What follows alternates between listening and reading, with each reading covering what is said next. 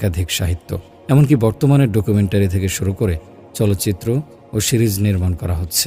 তবে সাহিত্যে বা চলচ্চিত্রে বর্ণিত সব ঘটনা বা চরিত্র কোরআন ও হাদিস সমর্থন করে না, কারণ অনেক সময় পর্দায় কিছুটা বাড়িয়ে চিত্রায়ন করা হয়। নবী ইউসুফ আলাইসাল্লাম ছিলেন নবী ইয়াকুব আলাইসাল্লামের একাদশতম পুত্র। তিনি ইয়াকুব আলাইসাল্লামের জন্মভূমি কেনান নামক স্থানে জন্মগ্রহণ করেন। পরবর্তীতে এটি হেব্রন নামে পরিচিত হয়ে ওঠে। ইউসুফের পিতামহ ছিলেন ইসলামের আরেক সম্মানিত নবী ইব্রাহিম আলাইসাল্লাম। তারা সবাই কেনান বা ফিলিস্তিনের হেব্রন এলাকার বাসিন্দা ছিলেন। বর্তমানে কেনান ফিলিস্তিনের একটি অংশ।